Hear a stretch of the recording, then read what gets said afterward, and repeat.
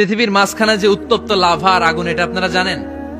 পৃথিবীর উপর দিয়ে আমরা ঠান্ডা পৃথিবীতে ঘুরে বেড়াই, কিন্তু এর ভিতরে কিন্তু আগুন, লাভা।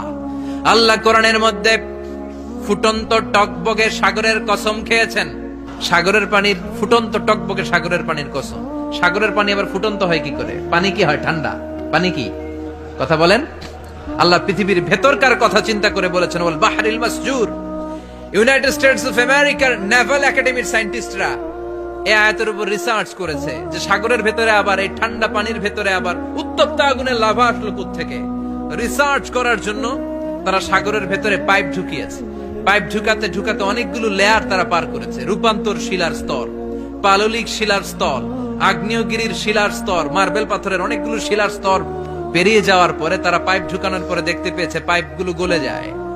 এই রিসার্চ প্রজেক্টের যিনি চিফ, উনি বললেন, bring the water proof pipe from America. America থেকে ওয়াটার প্রুফ পাইপ নিয়ে আস। আমার এমন পাইপ লাগবে গবেষণা করার জন্য যে পাইপ আগুনে জ্বলে না।